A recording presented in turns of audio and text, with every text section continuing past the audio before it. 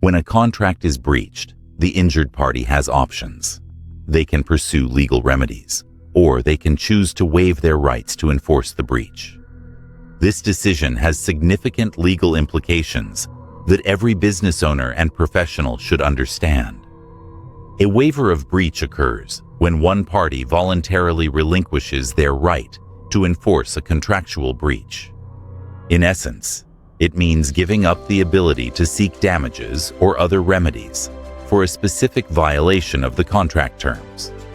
This waiver can happen explicitly through written or verbal communication, or implicitly through a party's actions.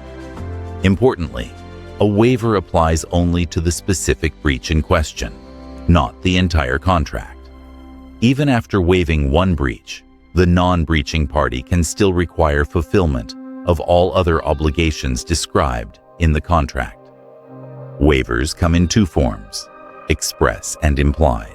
An express waiver is clearly communicated, either in writing or verbally. For example, a formal letter stating that a late payment will be accepted without penalty.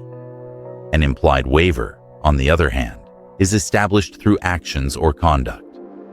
If a landlord repeatedly accepts late rent payments without objection, this behavior might constitute an implied waiver of the timely payment requirement. This distinction is crucial because implied waivers can happen unintentionally.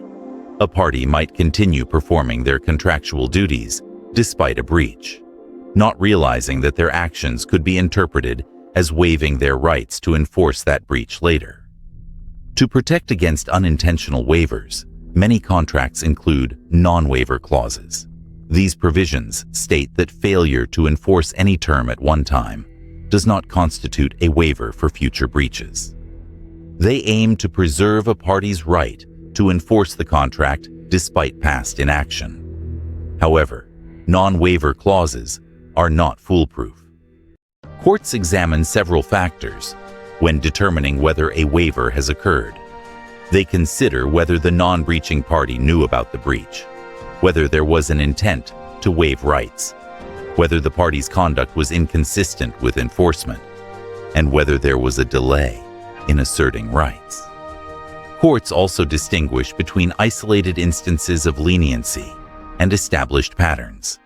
A single acceptance of a late delivery might not constitute a waiver, but repeatedly accepting late deliveries without objection could establish a pattern that implies waiver. Consider this example.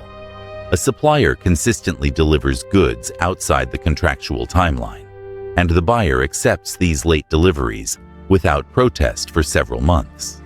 Later, when the buyer decides to enforce the original timeline, a court might find that the buyer waived the right to strict compliance through their pattern of acceptance. Similarly, if an employer allows an employee to violate certain terms of an employment agreement multiple times without consequence, this could suggest a pattern of tolerance that constitutes an implied waiver. The risks of unintentional waiver are substantial. Failing to address a breach promptly or clearly can lead to the permanent loss of enforcement rights. This is particularly true when the injured party continues performance without objection, accepts defective performance, or communicates in ways that imply forgiveness. To avoid these risks, proper documentation is essential. Best practices include sending written notices acknowledging the breach while explicitly reserving rights to enforce the contract in the future. All related correspondence should be maintained as evidence of intent. When a breach occurs, the practical solution is to send a letter to the breaching party as soon as possible. This letter should explicitly state that the damaged party is reserving their right to enforce the contract or seek remedies. Actions should also align with this stated intent to avoid contradicting the written reservation of rights. In summary, understanding waiver of breach is crucial for protecting contractual rights. Waivers can be express or implied and apply only to specific breaches.